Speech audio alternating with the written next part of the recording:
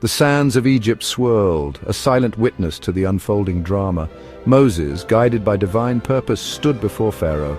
His voice, echoing through the halls of power, carried a powerful message: "Let my people go." Pharaoh's heart, hardened by pride, refused. Little did he know the Nile would soon run red, not with water but with blood.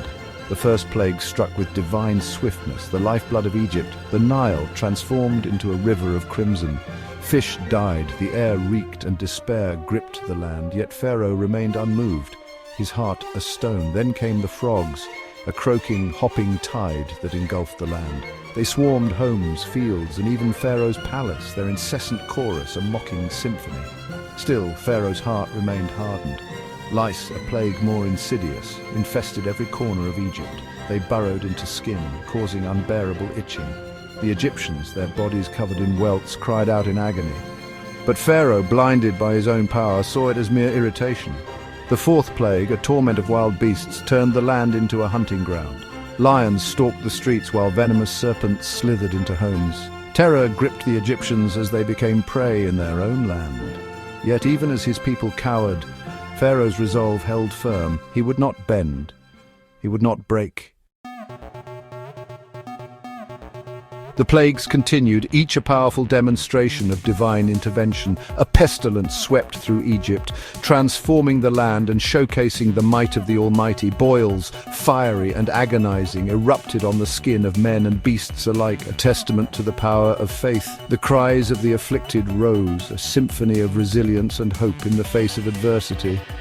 Yet Pharaoh, obstinate and proud, stood as a symbol of resistance against the inevitable.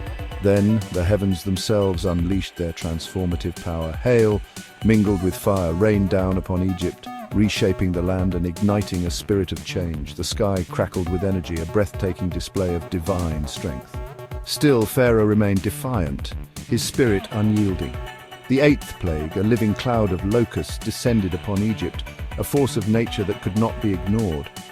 Fields once teeming with life were transformed, a testament to the unstoppable force of change.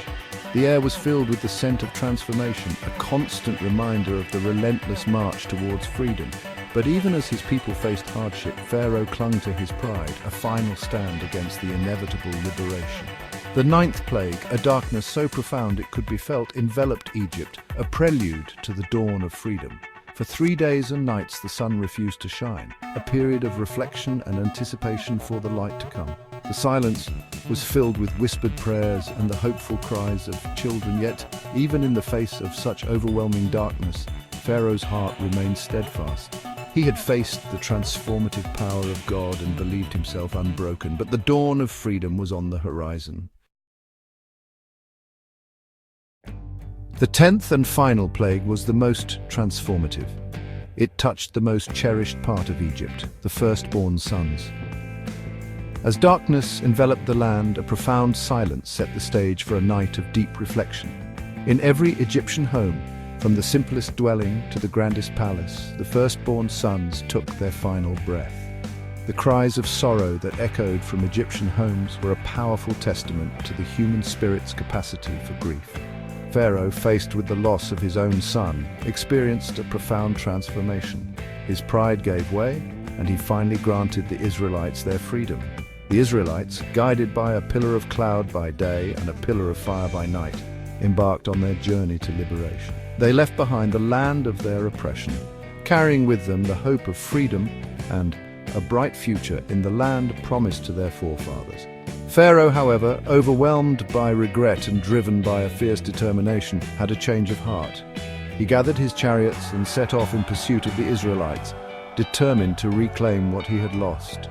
The Israelites, caught between the advancing Egyptian army and the Red Sea, called out with unwavering faith. Their newfound hope was tested, but their spirit remained unbroken, ready to face whatever lay ahead. Then Moses, acting on God's divine command, stretched out his hand over the churning waters of the Red Sea. The miraculous unfolded.